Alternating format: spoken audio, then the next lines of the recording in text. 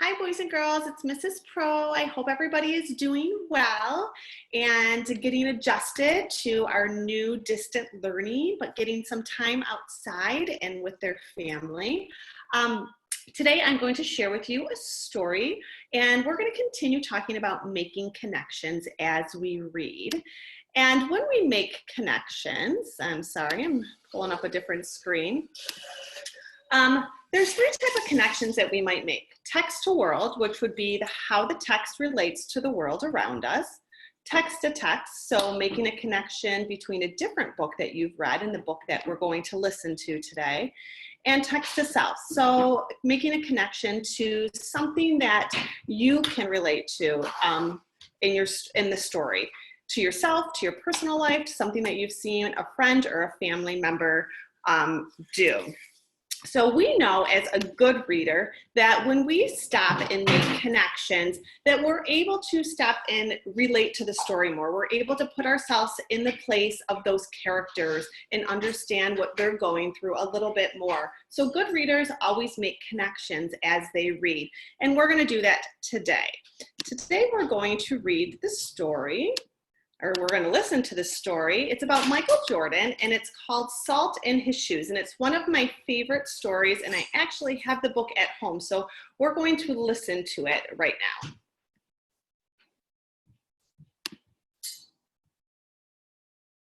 Salt in His Shoes. Michael Jordan in Pursuit of a Dream by Dolores Jordan with Rosalind M. Jordan, illustrated by Kadir Nelson. I hope that you enjoy this amazing story. Michael loved to play basketball. Every Saturday, he followed his older brothers, Larry and Ronnie, to the park, hoping that they would let him play. And if one of the guys who usually played with him didn't show, they always did. But there was one problem. His name was Mark, and he was the tallest boy on the court. "What's the matter, Mikey? Too short?" Mark flapped his arms in Michael's face. "Over here," shouted Larry. But when Michael threw the ball, Mark's long arms came out of nowhere and knocked the ball away. It flew into the hands of a player on Mark's team. He made the basket, and the game was over, just like that.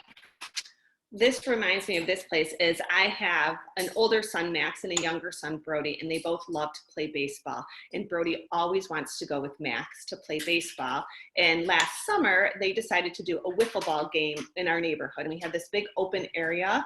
And so they invited all the kids in the neighborhood, and they went out there to play wiffle ball with everybody. And there were some older kids, and they refused to play because they didn't want to play with the little ones. And so they made a big fit about it and wanted it that there was two games with the younger kids and then the older kids. So Brody is feeling like Michael is in this story right now. "I'm really sorry, guys. If I were taller, that wouldn't have happened." All the way home, Michael apologized, even though no one was mad at him. His oldest brother, Ronnie, tried to cheer him up. "Look, little brother, you played good today. Don't worry, we'll win the next time." When they got home, Michael went into the kitchen where Mama was cooking dinner. He was still disappointed, and she could tell. "You guys lost again today, huh?" Michael nodded. He sat quietly for a minute, then said, "Mama, how can I grow taller?" Now, Mama knew the answer to a lot of questions, but this was a tough one. She thought for a moment as she sprinkled salt and pepper on the chicken she was making for dinner. Then she smiled, looked at Michael, and said, "Salt."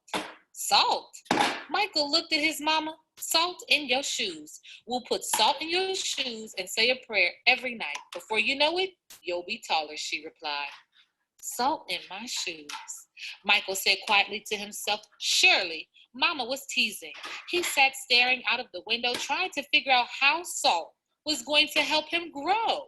He noticed the rose bushes outside in Mama's garden. They had grown high along the fence, and roses of all colors were blooming on the vines. He thought to himself, "I remember when Mama first planted those bushes." Michael's face lit up. If Mama knows how to make those rose bushes grow taller, then maybe she's right. Maybe salt in my shoes really will help me grow. Growing more excited, Michael twirled around and started asking lots of questions. Mama, how long will it take? And how tall do you think I'll get? Smiling, Mama sat down next to him and explained, in order for this to work, the most important things you have to do are be patient and listen to what I tell you and say your prayers every night. Listening carefully, Michael shook his head. Okay, Mama, I'll be patient. But what does saying my prayers have to do with it? Everything, Mama replied, and she hugged him. Now go wash up and tell your brothers and sister to get ready for dinner. Michael dashed out of the kitchen, almost knocking over his father, who was walking in. What's he up to now? Asked Daddy. Oh, the usual, laughed Mama, chasing a dream. Later, during dinner, Mama noticed that Michael was barely eating anything. He was already daydreaming about being taller. Michael, first things first. You won't grow if you don't eat, especially your vegetables, Mama said. But I'm not really hungry, he said. Raising her eyebrows, Mama gave him a stern look. Slowly, Michael picked up his fork and began to eat. Minutes later, his plate was clean and he was asking for more. That evening, at bedtime, Michael set his favorite game shoes on the floor next to the growth chart hanging on the wall. Then he put on his pajamas, said his prayers, and jumped into bed. When Mama came in, Michael was fast asleep. By the look on his face, she could tell he was already playing basketball in his dreams. Standing by his bed, Mama sprinkled salt in his shoes. Then she prayed quietly over him, as she did all of her children. Dear God, please help Michael to be the best he can be and to give his best in all that he does. And Lord, could you please make him just a little bit taller tomorrow than he is today? Thank you. Amen. After that night, Michael wore his favorite game shoes everywhere.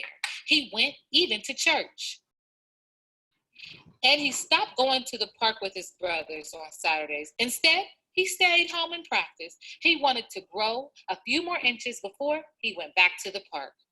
After 2 months of practicing and waiting, patiently and praying, Michael stood next to the growth chart on his wall.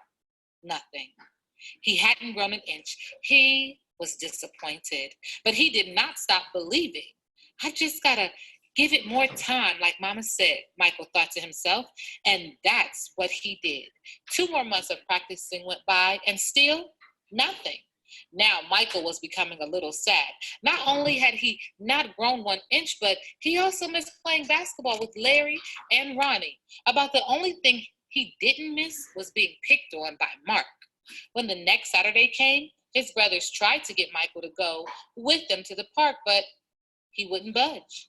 Mama had begun to worry. When she saw Michael sitting alone on the steps, she said to Daddy, maybe you should go out and talk to him. So Daddy went out and sat with Michael. What's wrong, son? You haven't gone to the park with your brothers for a while now. Are you okay? Michael didn't say anything at first. Then he looked at Daddy and said, I thought I would at least be a few inches taller by now. I did everything Mama told me to do, but nothing's happened. Michael, why do you want to be taller? Daddy asked. If I were taller, I'd be a great player and I could help our team win, Michael answered. But you are a great player, son, and you already have everything it takes to be a winner right here. Daddy tapped Michael on his chest. Being taller may help you play a little better, but not as much as practice, determination, and giving your best will. Those are the things that make you a real winner. Michael thought about what Daddy said for a minute. Then, suddenly, he jumped up and took off. Where are you going? Daddy yelled after him. I've got a game today, and I'm late, Michael yelled back. I have another connection to this. So there is, with all gymnasts right now, a handstand challenge going on. And my daughter, Charlie, who is a gymnast, she was challenged by another friend to do this handstand challenge. And she tried and she struggled to do it and she wasn't able to. And she just said, I can't do it. And I said, well, of course, you can't do it the first time, but if you continue practicing every day, you'll get a little bit further and a little bit further until you'll be able to do this challenge. And so every single day, she's up in her room or down in the family room practicing the handstand challenge until she finally was able to do it. And what allowed her to do it is her never giving up, her hard work, her determination, and her continuing to give her all to try to reach that goal. So it reminds me of Michael right here.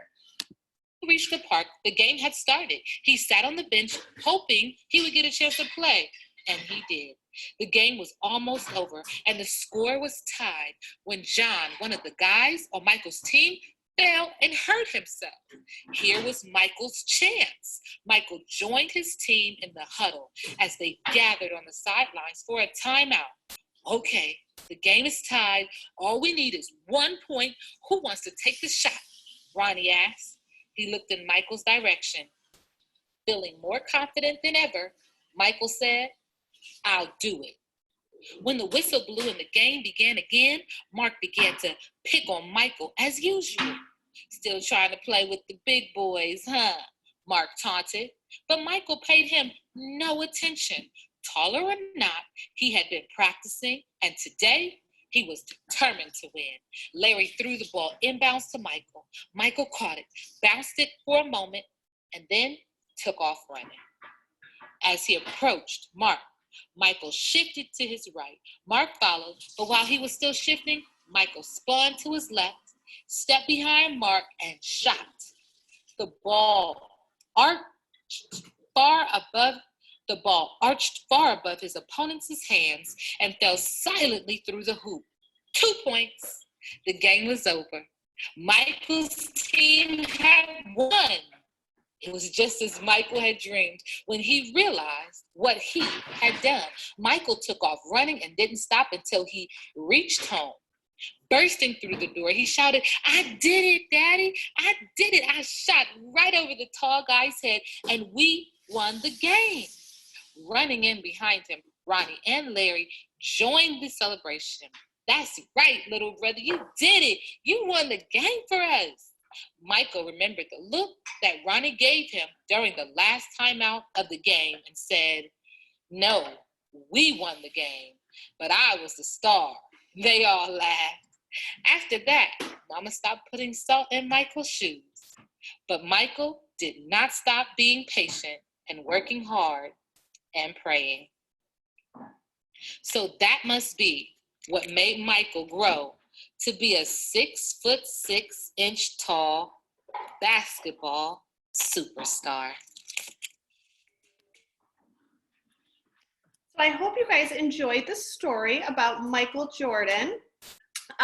What I'm going to ask all of you to do is I would love to hear your connections. So you can send me an email, send me a text, you can send me a video through email or text, sharing maybe either connections that you had with this story or maybe in your own book, connections that you've had with the character or with the story.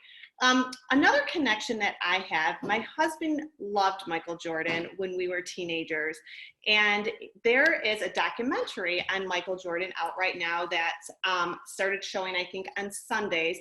And so this would be a text to world connection that I have because we watched it. And I just wanted to show you a quick video clip of the documentary, just a few minutes, but maybe it's something that you might be interested if you're interested in Michael Jordan as watching. Top, where do we go from here? At some point, the team is not going to meet the expectation. I like the way you think. What time is it? Not a good day for Michael Jordan. David is now demanding a trade. The expectations are certainly high. Come on, think positive, man. In the post-game locker room, the word I heard most was Have adversity. you learned to deal with that yet? Take it easy, guys. The only question, how long can it last?